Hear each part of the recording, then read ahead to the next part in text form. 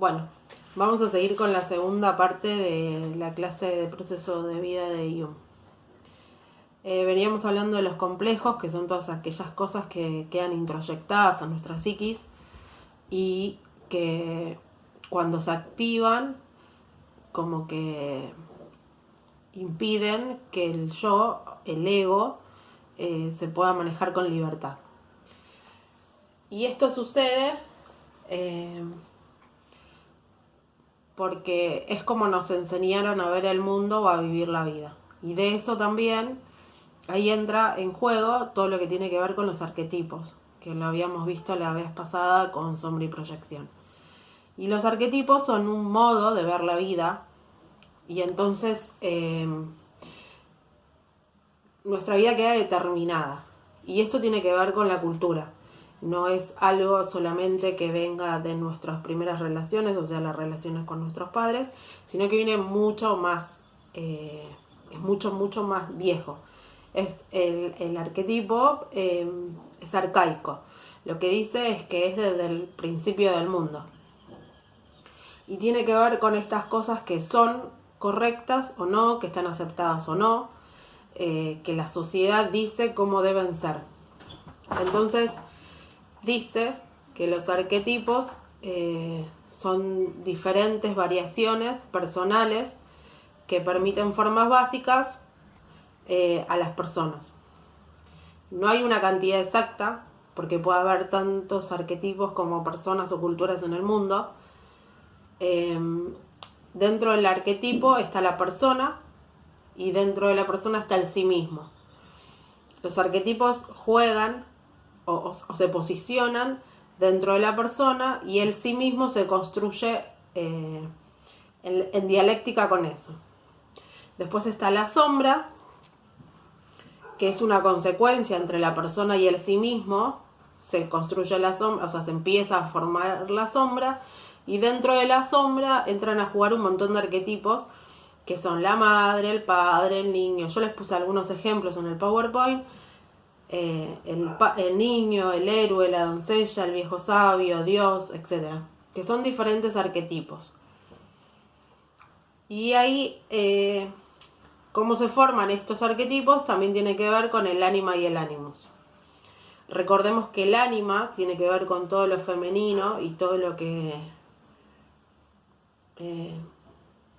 tiene la mujer, como, o sea, sí, la mujer en cuestiones de para nutrir, para cuidar, que tiene que ver con la familia, con lo erótico y esto de las relaciones vinculares.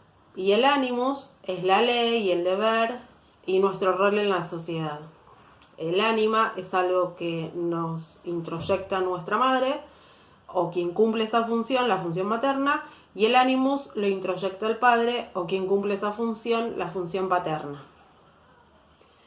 Después, en el texto habla que para entender esto del solsticio, del atardecer, esto de la sombra y la proyección, hay, Jung se posiciona en una lógica que es la que planteaba Erich Fromm, y decía que había dos tipos de lógica. La lógica aristotélica, que dice que es polarizada, o sea, si es blanco no puede ser negro, si es bueno no puede ser malo. Dice que esta lógica son contradictorios y que uno excluye al otro, lo saca. Que esta idea polarizada se apoya en el pensar y no en la acción del pensamiento. Y después está la lógica paradojal, que es la que integra los opuestos. O sea, que vos podés ser bueno y malo al mismo tiempo, que uno y otro no se excluyen, sino que se integran, que transforman el uno al otro. Y la lógica paradojal se basa en el hacer y no en el pensar. Dice que es tolerante y no dogmática, y que se hace en el cambio y en la interacción con el otro. La lógica paradojal es integradora y toma las contradicciones como parte de la naturaleza. Como todo ser humano es contradictorio. Entonces, todo ser humano puede ser bueno y malo, puede ser ánima y animus en una misma persona. Entonces, desde ese lugar, Jung plantea esta psicología del amanecer, el solsticio y el atardecer. ¿Por qué? Porque él dice que no hay nada que esté bien o que esté mal, sino que hay cosas que hay que integrar, que se dejaron de lado en un momento y que hay que integrarlas. Entonces dice que en el ciclo de vida personal comienza con la escena 0, que sería el nacimiento, y ahí arranca como la primera etapa.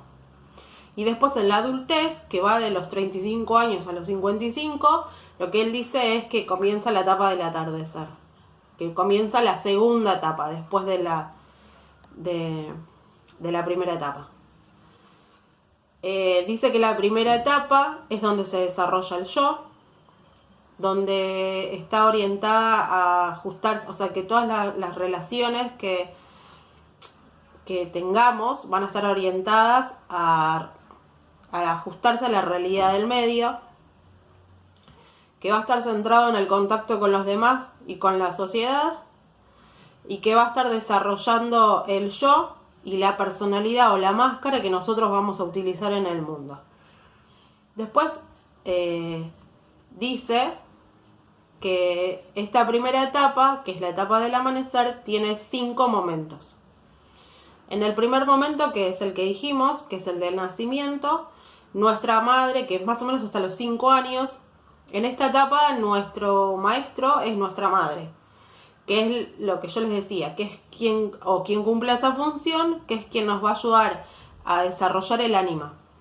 Todo lo que tiene que ver con el sobrevivir, el alimento, el dar amor, nos va a enseñar a amar, nos va a enseñar a odiar también, o sea, como en esto de encontrar la polaridad, nos va a enseñar a amarnos y a odiarnos al mismo tiempo. Es ella quien nos va a enseñar todo lo que tiene que ver con el vínculo familiar y todo lo que nos sea negado en este primer momento va a ser una carencia para la adultez. Va a ser algo que nosotros vamos a tener que desarrollar en la adultez. Después viene el segundo momento, que es la infancia, que va de los 5 años en adelante. Y ahí el protagonista es nuestro padre, o la imagen paterna, que es quien nos va a enseñar todo lo que tiene que ver con la ley, el poder discriminar, el discernir entre el bien y el mal, y todo lo que tiene que ver con el deber. No solo la ley, sino el deber. Y él nos va a ayudar a desarrollar el ánimo. Todas las cosas que no desarrollemos, o sea, todas las cosas que también que nos sean negadas en esa etapa, vamos a tener que desarrollarlas en la adultez. Poder incorporarlas, vamos a tener que incorporar. Después habla de un tercer momento, el momento de la adolescencia. Y en el momento de la adolescencia, nuestros maestros vamos a ser nosotros mismos. Entonces vamos a hacer como una síntesis entre lo que nos enseñó mamá, lo que nos enseñó papá y lo que nosotros vivimos en el mundo. Vamos a hacer como ahí de nuestra propia experiencia, vamos a hacer una síntesis de esas 3 cosas, de mamá, de papá y de mí en el mundo. Vamos a empezar a comparar, a desechar, vamos a desechar de lo que nos enseñaron, lo que creemos que no es necesario, y vamos a construir mucho más nuestra máscara y afianzarnos como persona. Después viene el cuarto momento. El cuarto momento tiene que ver con la adultez. Y se da, dice Jung, entre los 35 y los 55 años aproximadamente. En ese momento nuestro maestro va a ser la sociedad. La sociedad va a ser quien nos va a enseñar. Y ahí lo que vamos a tener que hacer es empezar a desarrollar, o sea, nuestra persona ya va a estar desarrollada, nuestra personalidad. Y también va a estar desarrollada toda nuestra sombra, todo aquello que fuimos relegando. Y entonces, y nuestro mundo social ya va a estar construido, nosotros ya vamos a saber cómo trabajar en sociedad. Entonces la crisis del solsticio comienza cuando empezamos a sentir demasiadas contradicciones, dice, entre lo que somos como persona y el yo, que son todas aquellas cosas que quedaron en la sombra. Y entonces es cuando empezamos a preguntarnos cuál es el sentido de nuestra vida, cuál es el sentido de nuestra existencia. Y ahí es donde comienza la segunda etapa de la vida.